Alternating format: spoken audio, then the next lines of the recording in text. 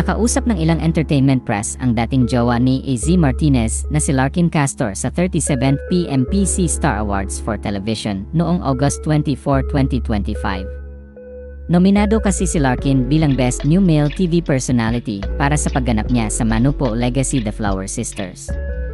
Sa naturang interview ay natanong si Larkin tungkol sa kanyang buhay, pag-ibig at kung paano niya hinarap ang kontrobersyal na hiwalayan nila ng kanyang dating jowa.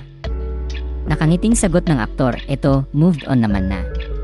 I'm happy and I'm happy for her naman and I'm happy for myself."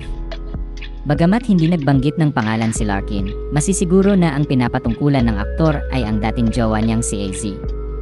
Nahingan din siya ng reaksyon tungkol sa revelasyon noon ni AZ sa loob ng bahay ni Kuya tungkol sa kinahantungan ng kanilang relasyon. Pagtatapat noon ni AZ, mayroon na silang unresolved issue ni Larkin at on and off na rin ang kanilang relasyon bago pa man siya pumasok sa bahay ni Kuya.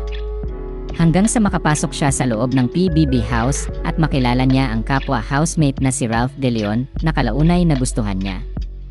Aminado noon ang aktres na maging siya ay naguguluhan sa estado ng relasyon nila ni Larkin dahil hindi umano malinaw kung sila pa rin ba o hindi na. Matatanda ang ipinagtapat ni AZ sa isang episode ng Pinoy Big Brother Celebrity Collab Edition na si Larkin ang nakipag-break sa kanya. Makalipas ang ilang linggong pananatili ni AZ sa PBB house, ay nakatanggap siya ng regalong kwintas at sulat mula kay Larkin. Nakapaloob sa sulat ang mensahe ng paghihintay ni Larkin sa pagbabalik ni AZ sa outside world para sila'y makapag-usap ng maayos at masinsinan. Matapos mabasa ni AZ ang liham ay isang mahirap na desisyon ang ginawa ng aktres. Bagamat naguguluhan ay tuluyan niya ng tinuldukan ang relasyon niya kay Larkin. Natanong din si Larkin sa naturang panayam kung ano ang naramdaman niya sa naging desisyon noon ni AZ. Maging ang pagiging bukas ni AZ na sabihin sa publiko na unti-unti na niyang nagugustuhan si Ralph De Leon. Sagot ni Larkin, hindi raw niya masisisi si AZ kung ito ang naramdaman niya noon. Dagdag pa niya, naiintindihan daw niya ang kanyang dating jowa at nirerespeto rin ito kung anuman ang magiging desisyon ng aktres.